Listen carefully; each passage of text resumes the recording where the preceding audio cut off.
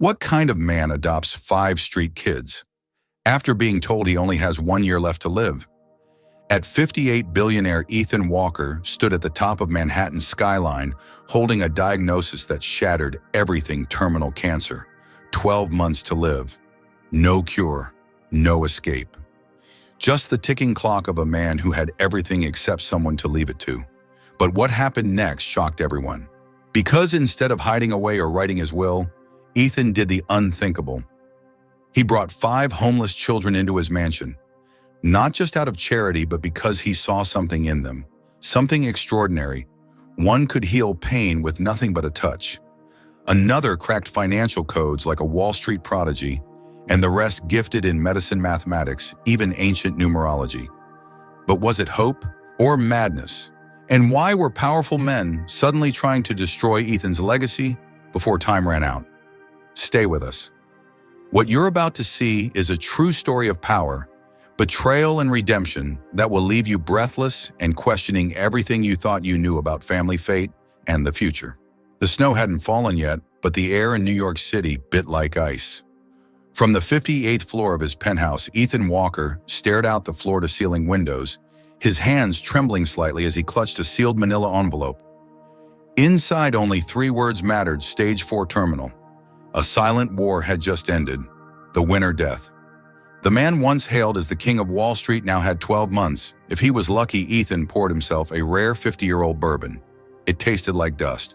His empire, Walker Capital Holdings, spanned continents, billions in assets.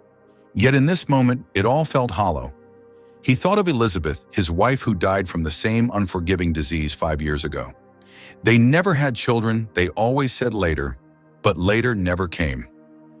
As the clock neared midnight, Ethan grabbed his coat. He couldn't breathe in this marble tomb anymore. "James, take the short route home," he muttered to his driver. But halfway through an alley near Canal Street, something told him to stop.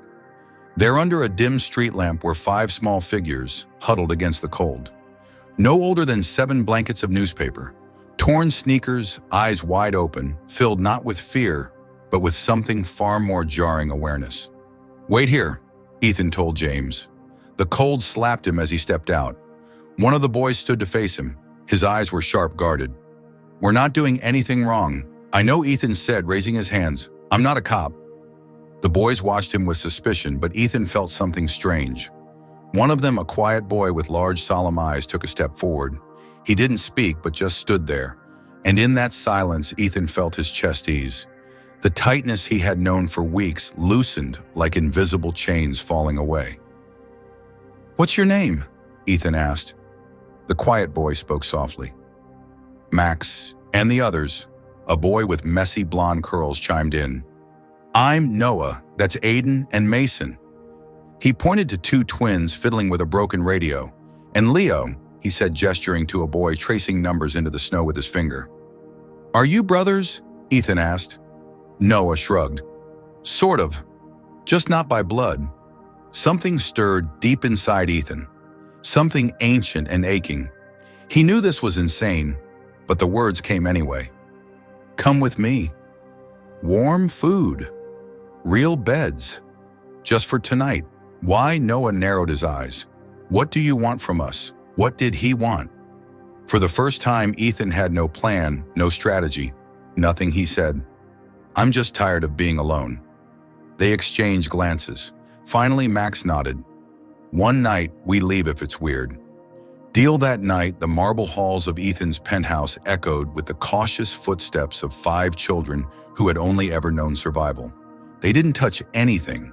They didn't speak unless spoken to. But their eyes saw everything Ethan showed them. The rooms, the food, the closets full of warm clothes. They barely reacted. Then Max asked the question, "Are you sick?" Ethan hesitated. "Why do you ask? You look like my mom did." Before she died, his honesty hit like a punch to the ribs. The next morning, something happened Ethan didn't expect. He found Mason, one of the twins, in the library, drawing a perfect sketch of a machine from a medical textbook. "You understand that?" Ethan asked Mason. Shrugged. Aiden says, "We can build something better. We just need better parts." In another room, Leo was muttering to himself, lining up coins in strange patterns and whispering dates. "Do you always do that?" Ethan asked. "I see when things happen." Leo said, "It's like numbers talk to me that evening." Noah helped arrange the kitchen table. "We should eat in shifts, less mess. Max gets cold fast, he should go first." He was planning like a manager. Like a general, each child so young, just 6 or 7, seemed to carry a spark far beyond their years. And Max would simply sit beside Ethan without saying a word, and the pain in Ethan's chest would ease. Who were these kids? What had life done to them to forge such focus, such strange brilliance? And what had brought them all together? Was it truly just chance that Ethan turned into that alley? Or was something or someone guiding this? The final straw came when Ethan caught Aiden and Mason pulling apart his home assistant device. "We're upgrading it," Aiden said. "The AI's inefficient." "They're 6, Ethan thought. But it was true, they were extraordinary. And so just 2 days later, Ethan called his lawyer. "I want to adopt them." "All 5, are you insane?" His lawyer barked, "You're dying." "Exactly. So I want my final days to matter." The paperwork began. The media caught wind. "Billionaire adopts 5 street kids." The headlines screamed. But Ethan didn't care. For the first time in years, his heart beat with something close to joy. But deep down, one question haunted him. What if they were sent not for me to save them, but for them to save me? To be continued. Sorry to interrupt the story here, but I promise what happens next will leave you speechless. Let me ask you something. Do you believe that some children are born with gifts that science can't explain? And if you only had 1 year left to live, would you choose to die quietly or risk everything to change someone else's life? Drop your thoughts below and let me know which country you're watching from. Your support means the world. If you enjoyed this first part, please hit the like button and leave a heart to show some love. Right now, the change in the penthouse was immediate. Where silence once reigned, now came laughter. Light footsteps echoed down the long hallways. There were broken vases, spilled cereal, and arguments over who got the last pancake. Ethan Walker, once known as the coldest man on Wall Street, was learning to live with chaos. And strangely, he didn't hate it, but not everything was light. One morning, Ethan caught Leo staring at a wall of financial charts in his office. The numbers weren't just numbers to him. They seemed to move for him, like they were alive. "The market will drop this Thursday," Leo said, his voice calm. "Only 4%, but enough to scare the weak hands." Ethan blinked. And how do you know that? Leo pointed to a string of numbers across the screen. "It's the rhythm. They always stutter right before a correction." Thursday came. The market dipped exactly 4%. Then came Mason and Aiden, who rebuilt Ethan's broken espresso machine into a device that could also track biometric data. "You should drink less," Aiden said, checking Ethan's heart rate on a small screen they'd installed. "Caffeine stresses your system, and you're already under attack." That night, Ethan had trouble sleeping. Was it possible that he wasn't dying despite these children, but that he'd been meant to find them because only they could stop what was coming? What kind of mind could see patterns that others missed? What kind of soul could touch a dying man's chest and calm the pain? And then, something happened. Ethan collapsed in his study. The pain in his body was a wildfire, but Max was there, his small hand over Ethan's heart, eyes closed in quiet focus. Within moments, the burning receded just enough for Ethan to breathe again. He stared up at the boy. "What did you do?" Max just whispered. "You were slipping." Ethan couldn't explain it, but the boy's touch had done something no medication had. It was as if Max could sense the very energy of life and realign it. The next day, Ethan called in his private physician. Blood tests, scans, more blood work. The results stunned everyone. The cancer had slowed. A pattern of stability, inexplicable, unscientific. The doctor called it an anomaly. But was it, or had Max somehow begun to shift the odds? Just days later, the outside world came knocking. Curtis Maddox, Ethan's longtime rival and CEO of Maddox Global, made an unannounced visit, a predator in a tailored suit. "You've made quite the media splash," Curtis smirked. "Billionaire adopts 5 prodigies." Sounds like a press stunt. Ethan's eyes narrowed. "They're my family now." Curtis stepped closer. "Your board isn't convinced you're dying." Ethan, and handing your legacy to 5 orphans. They won't let you burn down Walker Capital on your way out. Before Ethan could respond little, Noah entered holding a notebook. Mr. Walker, I've reorganized the logistics for next week's board meeting. You're missing 3 key alignments between divisions. Curtis raised an eyebrow. Who's this? My son, Ethan said without blinking. And your future problem, Noah added with a grin. That night, the mansion tightened security. Ethan wasn't paranoid, he was targeted. Suddenly, there were calls from child services, anonymous complaints about the safety of the boys, surveillance vans parked near the estate. Ethan knew Curtis was behind it, but couldn't prove it, until Leo found something. Using the house's encrypted network, he tracked an unauthorized signal bouncing from the driveway. Someone inside leaked our security data, he whispered. But who? A staff member? A friend? The next night, Max found Ethan awake in the library, staring into the fire. You can't protect us from everything, the boy said. I can try. Max reached out, placing his hand on Ethan's chest. Then let us protect you too. The next morning, all 5 boys were gathered in Ethan's study, the door locked behind them. Noah stepped forward. We've decided to help you fight. Aiden pulled up blueprints on a tablet. We're building a firewall for your health and your company. Leo opened a journal filled with equations and predictions. We know where Curtis will strike next, and when Mason held up a small device, and this will help track every heartbeat during your next treatment. It alerts us before anything goes wrong. Ethan looked at them stunned. You're 6 and 7. You should be playing in the snow, not preparing for war. But Max, silent as always, finally said, We're not here by accident. A chill passed through the room. What if they weren't? What if these boys were the very answer Ethan had spent his whole life searching for? What if this was never about saving them, but about being saved by them? And if so, who else might want to stop them? To be continued. Sorry to pause the story here, but I promise what comes next is even more unbelievable. Let me ask you this. Do you believe some children are born to fulfill a mission far greater than themselves? If you were Ethan, would you risk the last year of your life fighting a war you might not win for children who might just be the miracle you never expected? Drop your thoughts in the comments below and let me know what country you're watching from. Your support matters so much. Please don't forget to tap that like button and drop a heart if you're enjoying the story. Right now, the storm came faster than anyone expected. At 6:12 a.m., an emergency board meeting was triggered at Walker Capital. Curtis Maddox had filed a petition to declare Ethan Walker mentally unfit to serve as CEO. Attached were surveillance photos, medical documents, and a damning narrative.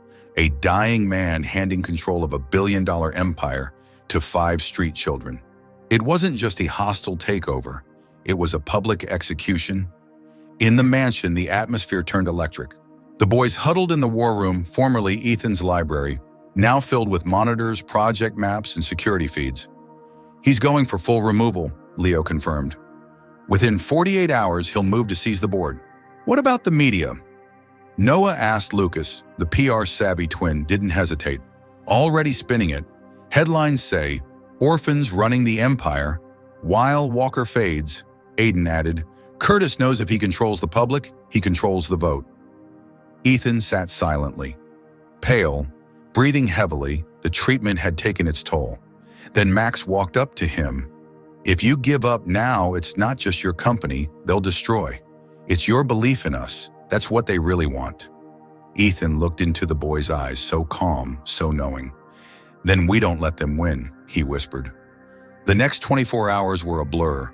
The twins launched a counter-cyber offensive, exposing a series of illegal trades linked to Maddox Global. Lucas released a documentary-style video titled The Heirs No One Saw Coming, featuring behind-the-scenes footage of the boys' inventions tutoring sessions, and the very moment Max slowed Ethan's heart rate during a crisis, caught on hidden medical cam. Within hours, the internet exploded, but the board remained silent until someone unexpected reached out. Margaret Holbrook, one of the oldest board members known for never backing under pressure. Ethan, she said in a private call, I once watched your wife fight the same disease. She did it with grace. Now you're doing it with fire.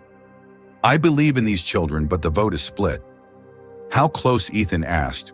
One vote can tip it either way. One vote at 9:47 p.m.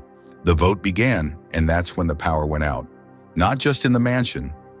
Across 12 blocks of Manhattan. Targeted, Tyler muttered. He's trying to stop the vote count.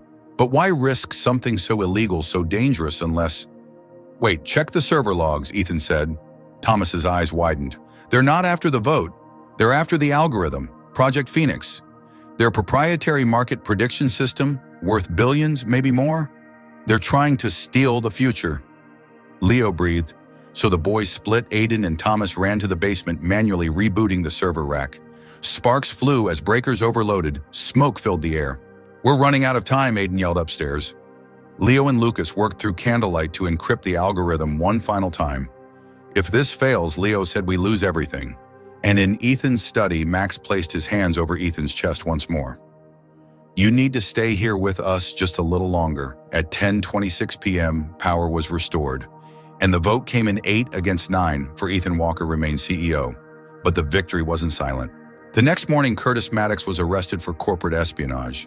Ethan's legal team, aided by evidence the boys had quietly collected for weeks, had already handed everything over to the authorities. It was over. Or was it? Because as the media hailed the miracle kids who saved a fortune, 500 giant, Ethan called them all into the library. This isn't the end, he said. It's just the start.